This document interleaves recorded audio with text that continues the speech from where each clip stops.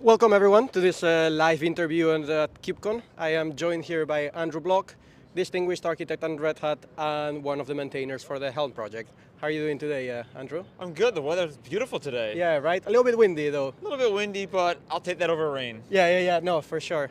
Andrew, can you maybe tell us a little bit about what Helm is? Sure, it's a package manager for Kubernetes. So Yes. if you're familiar with a Linux operating system, you're going to have yum, apt-get, similar constructs, but in a Kubernetes context. Yeah. Okay, and so it's, let's say for distributing kind of applications, you can build, you can build your own like that. I guess I've heard you can also do wrappers around You can basically, applications. So basically, if you have a typical application, let's say a WordPress application, Yeah. you're going to have a way to distribute it within Kubernetes. It's going to have a set of YAML files, Yeah. typically. They may have different parameters. You might have images that might come from certain registries. If Yeah. you're working in a disconnected environment, you may have your own registry. So one of the benefits of Helm is you're able to substitute and create template files. You then can inject different parameters in them, known as values, Yeah. and then you can go ahead and easily deploy it to a Kubernetes cluster. Yeah, so it's a package management, but also a templating tool. Exactly. In that sense, YAML templating. Yeah, it uses to be more Golang specific based with Golang. templating. Yeah, correct. And yeah, sorry, I wanted to ask you as well. For how long have you been in this Helm project? So I've been with the project for probably about 2.5 years, 3 years, but I've been a maintainer for 1. Okay. So this is my second year into maintaining. You know, how long ago did Helm start then? Yeah, so Helm started back in 2016. It's been around for a long time. It's now officially a graduated project in 2020. Okay. So nice. Congratulations. It's exciting, I know. A lot of adoption. It's really a stable project, and we have a lot of contributors, and that's one of the benefits of it. If you look at the actual number of forks, stars, and pull requests, Yeah. my inbox is always busy. Nice. Can you tell us then, since you started the Helm project, what have you worked on? Yeah, so I joined the Helm project mainly to work on OCI integration. So Okay. there are 2 ways to store charts. You store them in traditional web repositories. The second way is storing it within a typical container registry, like Yeah. a Docker Hub or a Quata.io, you name it. And what I've been doing is I helped come into the project and really bring GA support for OCI. Yeah.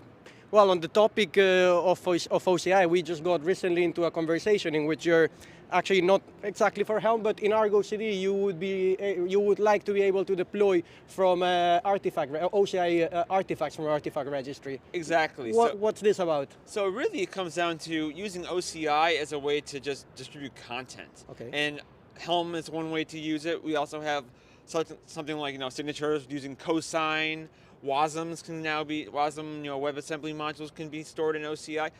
Going into Argo CD and seeing how Argo CD as a GitOps tool can consume artifacts natively from OCI registries. So one of the ways that you typically distribute and use Argo CD is using YAML manifest in Git repositories.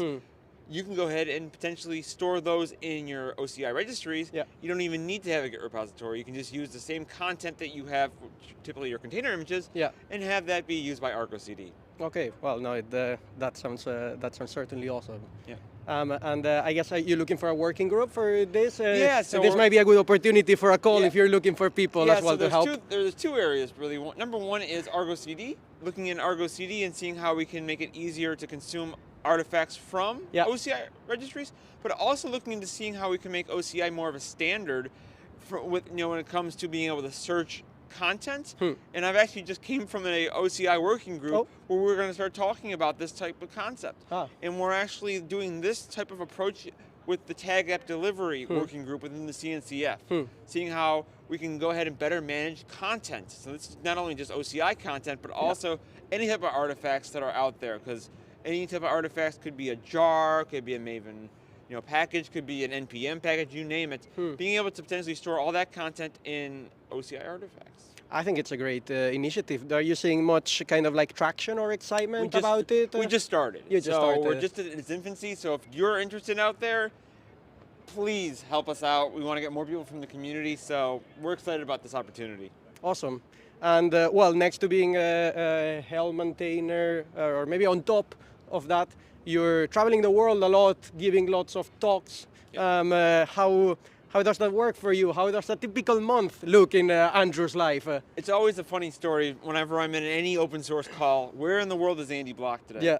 And it always depends. Today's Amsterdam, but I work mainly in the open source community, but I work with our customers. So being at Red Hat, I work in our consulting organization, so I'm helping our customers implement open source solutions, Red Hat solutions, for their business. Yeah, oh nice. What can you kind of recommend for people who's looking to eventually do this kind of work? How did you get started with all this kind of evangelizing?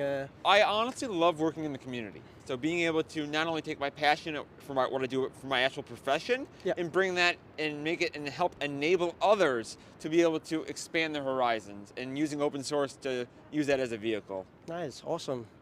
And today we're, I think, past through halfway through the day, but we still have like 2.5 days or something. 2.5 days to go. What are you excited? What are you most excited about? I always just come here to any conference to just meet the people. Yeah. I want to work with the community. We do it right now in Slack, GitHub, you name it. Putting faces to names and helping enable others to do more. Yeah. That's really it. Oh, nice. But we all know it's not only the talks, it's not only the kind of like the booth area, but there's also events in the evening. Are you going to be joining any today or tomorrow? Well, tonight's the booth crawl, so going to be rolling around the booths, but did some after evening events last night, and I guarantee you with any type of conference in the tech industry, there's always going to be some great after hours events. Yeah. Wow, that's certainly awesome. It's one of the parts, I guess, that we also kind of like come for, right? It's good to talk in the context of we're looking at the technology and stuff, but also it's good to go and over a beer. Well, you have the hallway tracks in the event, but hallway tracks typically lead to the pub. Yeah, exactly. Just to wrap up, I would like to ask you, where can people find Andrew Block during these days? Because these days, best place to find me is on Twitter. So one of the hashtags I use since I travel a lot is Traveler Tales. So I always try to share some of my adventures with others and kind of provide some hints in terms of not only the travel world, but the sporting world. Yeah, but so you're not at a specific booth, but if anyone wants to talk with you, they can just freely message you on Twitter. Just throw me on Twitter or go to my LinkedIn page. I'm happy to answer any question, just meet people, because that's what we're here for, to meet people and just share our knowledge and experiences with the community. Amazing. Well, Andrew, I would like to help you for your time. And thank you for your time. And I hope you enjoy the rest of the conference. Thanks a lot. I had a great time here. Thank you.